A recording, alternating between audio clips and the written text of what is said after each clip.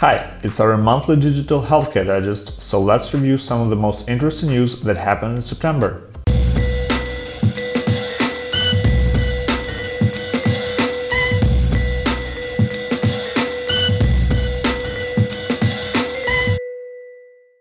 Matternet announced the world's first citywide drone delivery network for the rapid transport of medical goods in Abu Dhabi. The network will significantly increase the connectivity of the Emirates health ecosystem.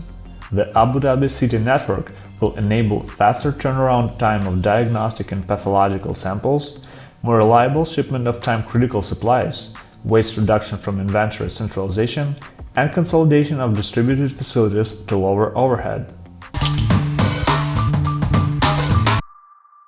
Behavioral coaching service BetterUp announced the acquisition of two new data-focused software companies, Motive and Impraise. The San Francisco unicorn said that it plans on using the new technologies to help boost its insights into human behavior.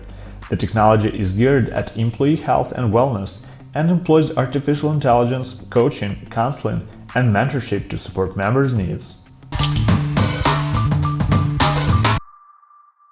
FTC says it will fine digital health companies that don't disclose data breaches.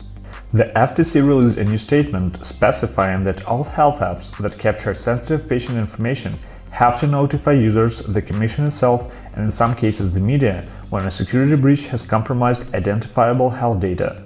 If the company fails to do so, it could face a fine of $43,792 per day of violation. Clinicians believe telehealth will make up majority of future patient care.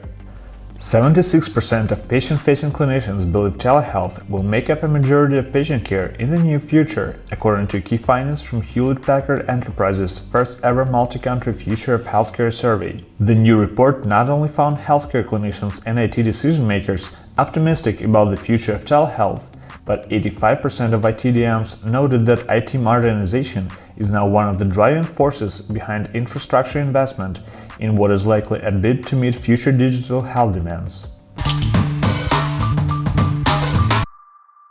That's it for today. Next week we're planning to publish a new episode of our digital health interviews with Dr. Raphael Grossman, first ever surgeon to use Google Glass during the surgery.